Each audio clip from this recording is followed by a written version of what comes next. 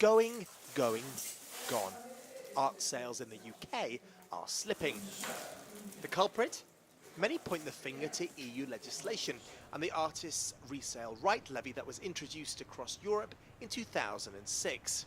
Ideal for emerging artists, as they now receive royalties if any of their art pieces are resold for €1,000 or more.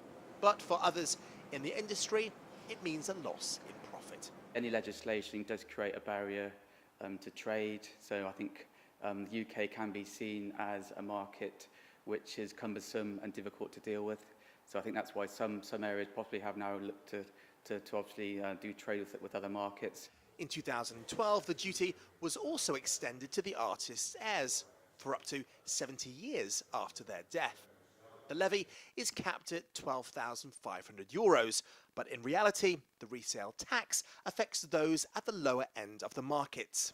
And more money for the artists and families means less money for galleries and dealers. Neil Fairhead is a London-based art dealer. In protest of the ruling, he started a postcard petition. This is a very good illustration of what this hostile EU law does to our industry. He says that enough is enough, and the UK government must stand up to such EU laws. First of all, you've got a large double cost in the cascade effect on payment on purchase and sale. Secondly, you've got a huge extra cost in the paperwork and time and trouble doing that. And thirdly, you've got loss of trade, which is highlighted by the recent Banff report, which demonstrates this. With thousands sending their politically themed postcards to Westminster, it's been one way of getting campaigners' voices heard. They want out and want Brussels to terminate such rules.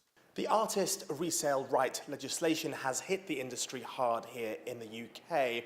Loss of earnings and the hardships imposed on traders, and campaigns and petitions later, an EU review on the effect of the law will take place. The US and Asian markets are exempt from any resale rights, and in comparison, recent art sales abroad have been up 10%.